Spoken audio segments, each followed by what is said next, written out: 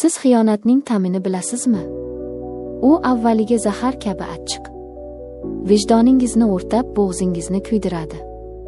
Lekin keyin u asalga aylanadi. Yillar davomida muzlab yotgan tanangizga olov kirganda, aqlingiz to'xta desa ham, vujudingiz yana deb yolvorganda, siz endi avvalgi inson bo'la olmaysiz. O'sha kuni eshik taqillab, ostonada u, erimning jigarband do'sti, qo'lida qip-qizil atirgul bilan turganda, men jahannam va jannat o'rtasidagi ingichka itda edim. Uning "men seni tashlab ketolmayman" degan pichirlashi mening qasamimni kul qilib yubordi. Bugun men sizga o'z gunohimni, o'z baxtimni va o'z fojiamni aytib beraman. Hukm qilishga shoshilmang. Avval tinglang. Salom, mening sirdoshim.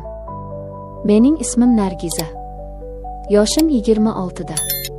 Tashqaridan qaragan odamga men baxtli kelinchak, ro'zg'ori but, eri chet elda ishlab pul topayotgan, kamko'zsiz ayoldek ko'rinaman. Lekin mening ko'zlarimga chuqurroq qarasangiz, u yerda huvillab yotgan bo'shliqni, sovib qolgan kaminning kulini ko'rasiz. Farhod mening turmush o'rtog'im. Biz sevishib turmush qurdik. 4 yil avval uning bag'rida uyg'onganimda dunyo meniki edi. Uning kulgusi uyni to'ldirar, hazillari g'amlarimni aritardi. Sen mening malikamsan, Nargiza, derdi u sochlarimni silab. Ammo hayot faqat muhabbatdan iborat emas ekan. Ro'zg'or yuki, kelajak tashvishi, orzularimizdagi uyni qurish istagi uni mendan uzoqlashtirdi. 1 yil jonim. Faqat 1 yilga Koreyaga ketaman. Oyoqqa turib olaylik, keyin bir umr yoningdan ketmayman, dedi u ketishdan oldin. Men rozi bo'ldim. Yig'lab kuzatdim. Aeroportdagi o'sha so'nggi quchoqlashuv. Uning hidi bo'ynimdan hidlagani hali ham yodimda. Lekin o'sha 1 yil cho'zildi. 2 yil bo'ldi. U yuborgan pullar evaziga uyimizni ta'mirladik. Xonalar kengaydi, yangi mebellar, qimmatbaho pardalar, eng so'nggi rusumdagi maishiy texnika. Hamma narsa bor. Faqat bu uyda jon yo'q edi. Devorlar sovuq. Kechalari o'sha keng, yumshoq karavotda bir o'zim yotganimda, yolg'izlik xuddi og'ir ko'rpa kabi ustimga bostirib kelardi. Men kutdim. Har kuni telefonimga tikilib yashadim. Video qo'ng'iroqlarda uning charchagan yuzini ko'rib, "Chida, Nargiza", dedim o'zimga. Nomusimni, ayollik sha'nimni ko'z qorachig'idek asradim. Ko'chaga chiqqanda yerdan ko'z uzmadim, birovga ortiqcha gapirmadim. Men sadoqatli rafiqa edim. Lekin men temir emasdim. Men go'sht va qondan yaralgan, hissiyotlari jo'sh urib turgan, ayni gullagan yoshdagi ayol edim. Tanam. Mening yosh tanam asta-sekin isyon ko'tara boshladi. Kechalari tushlarimda erimning erkalashlarini ko'rib, uyg'onganimda yostig'imni quchoqlab yig'lardim. Ayollik ehtiyoji, erkak kishining kuchli qo'llarini his qilish istagi meni ich-ichimdan kemirardi. Bu shunchaki shahvat emasdi, bu mehrga, e'tiborga, kimgadir kerak ekanligingni his qilishga bo'lgan tashnalik edi. Hayotimizda yana bir inson bor edi. Botir. Farhodning bolalikdagi do'sti, qiyomatli birodari. Ular bir-biriga butunlay teskari edi. Farhod ochiq, sho'x bo'lsa, Botir og'ir bosiq, kamgap, nigohlari esa tubsiz quduqdek chuqur inson edi. Uning har bir harakatida erkaklik salobati ufurib turardi. Farhod ketishidan oldin uning qo'lini mahkam siqib, "Do'stim, Nargizadan xabar olib tur. U senga omonat. Uyda erkak kishi yo'q, biror kamchiligi bo'lsa, o'zing qarab tur", degandi. Botir bu omonatni juda jiddiy qabul qildi. Dastlabki oylarda u faqat zarurat uchungina kelardi. Darvoza oldidan "Yenge, tinchmisizlar? Biror narsa kerakmi?" deb so'rardi-yu ketardi. Men unga erimning do'sti, akamdek inson sifatida qarardim. Ammo vaqt eng buyuk o'zgartiruvchi ekan. Erimning yo'qligi cho'zilgan sari Botirning tashriflari ham o'zgara boshladi. Endi u shunchaki darvoza oldidan qaytmasdi. Ba'zan og'ir bozor xaltalarini oshxonagacha kiritib berardi. Ba'zan hovlidagi buzilgan jo'mrakni tuzatib berardi. Bir kuni kechki payt u non va issiq somsa ko'tarib keldi. Ishdan qaytayotgandim, issiqqina ekan, sizga ilindim, dedi u yerga qarab. Biz ayvonda o'tirib choy ichdik. O'sha kuni birinchi marta uning nigohida o'zgarish sezdim. U gapirayotganda ko'zlarimga tikilardi. Lekin bu qarashda shunchaki suhbatdoshga bo'lgan e'tibor emas, balki chuqurroq, yashirin bir ma'no bor edi. U menga achinayotgandek, shu bilan birga hayratlanayotgandek qarardi. Farhod qanday qilib shunday ayolni tashlab ketdi degandek savol bor edi bu nigohda. Men o'zimni noqulay his qildim, ro'molimni to'g'riladim, ko'zimni olib qochdim. Lekin tan olishim kerak, bu e'tibor, erkak kishining yonimda o'tirishi, uning nafas olishi, undan kelayotgan tamaki va atir hidi. Bularning bari mening uxlayotgan hislarimni qitiqlay boshladi. Yuragim tezroq ura boshladi. Men bu hisdan qo'rqdim. Bu eringning do'sti. Nima qilyapsan, Nargiza, deb o'zimni koyidim. Lekin yurakka buyruq berib bo'lmas ekan. Har safar u kelganda men o'zimga oro beradigan, chiroyli ko'ylaklarimni kiyadigan bo'ldim. Go'yoki buni o'zim uchun qilayotgandek edim, lekin ichimdan bilardim, men unga yoqishni istardim. Kuzning oxirlari edi. Tunda dahshatli shamol va yomg'ir boshlandi. Eski tomimiz bardosh bermadi, mehmonxona shiftidan chakka o'ta boshladi. Suv shillillab gilamga tushardi. Men vahimaga tushdim. Erim uzoqda, qo'shnilar uxlab yotibdi. Noiloj Botirga telefon qildim. Botir aka, uzr, bezovta qildim. Uyga suv oqyapti, dedim yig'lamsirab. Hozir yetib boraman, dedi u qisqa qilib.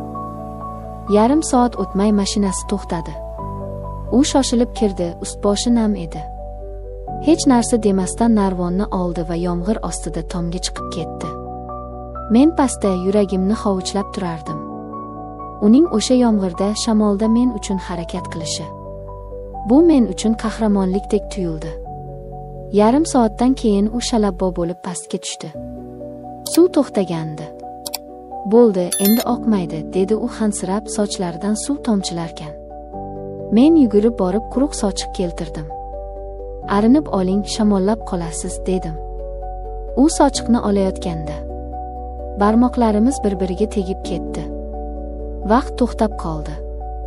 O'sha bir soniyalik teginish xuddi elektr toki urgandek butun tanamni titratib yubordi. Issiq. Olovdek issiq edi uning qo'llari.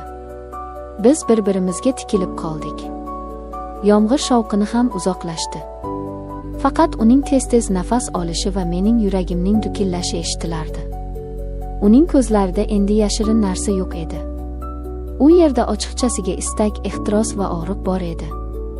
U bir qadam oldinga tashladi. Men chekinmadim. Men xuddi sehrlangandek o'sha joyda qotib qolgandim. Nargiza, dedi u bo'g'iq ovozda. Shu payt telefonim jiringladi. Erim edi. Bu ovoz bizni voqelikka qaytardi. Botir keskin orqaga burildi. Men ketdim. Ertaga xabar olaman, dedi-yu yomg'ir ichiga singib ketdi. Men esa o'sha yerda, qo'limda telefon, vujudimda esa so'nmas olov bilan qoldim. O'sha tunda erim bilan gaplashdim, lekin xayolim, fikrim faqat Botirda edi. Men tushundimki, men jar yoqasidaman. Va eng qo'rqinchlisi, men o'sha jarga qulashni istardim. O'sha yomg'irli tundan keyin oramizdagi parda ko'tarildi. Endi biz shunchaki kelin va qaynog'a emasdik. Biz bir-biriga intiq, lekin tiliga kishan solingan ikki oshiq edik. U tez-tez keladigan bo'ldi. Har safar kelganda ko'zlarimiz to'qnashar, uzoq vaqt bir-birimizdan nigoh uzolmasdik. Havo qizib borardi. Bahorning ilk kunlari edi. Kunduzi uyda yolg'iz edim. Eshik ohista taqilladi.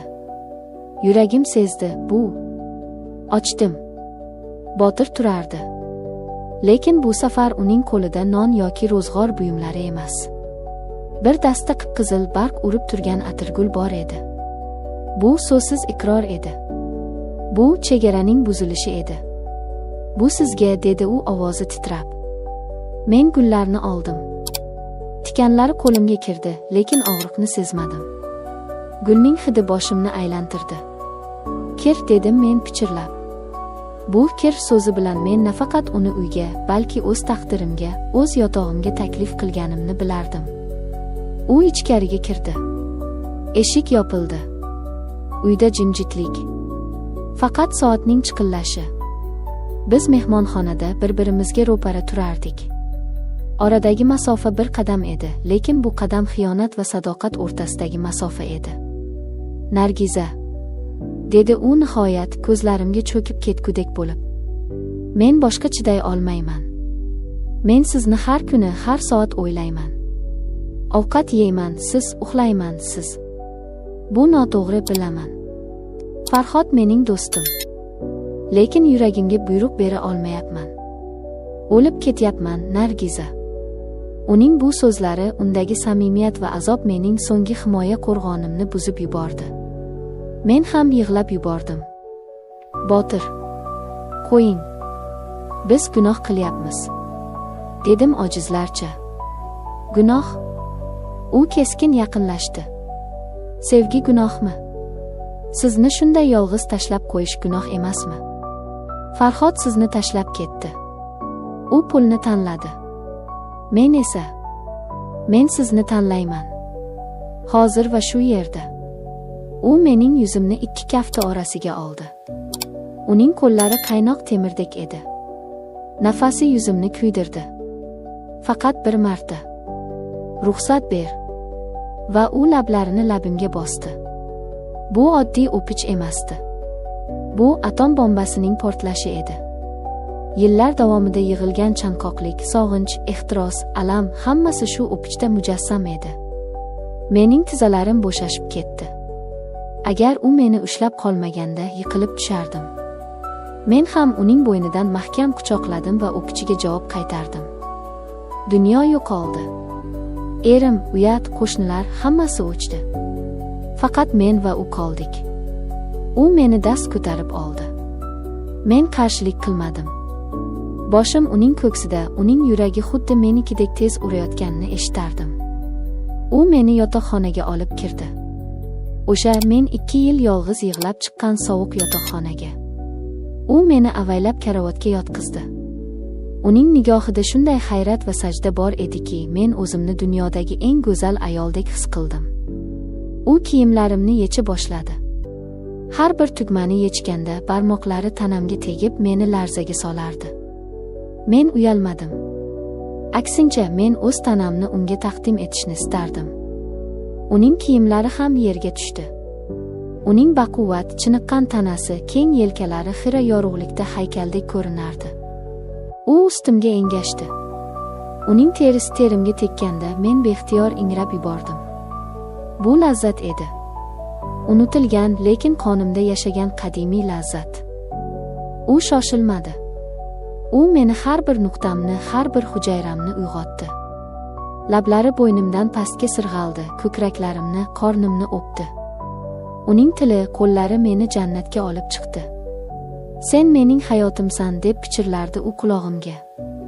Bizning qo'shilishimiz. Bu shunchaki jismoniy yaqinlik emasdi.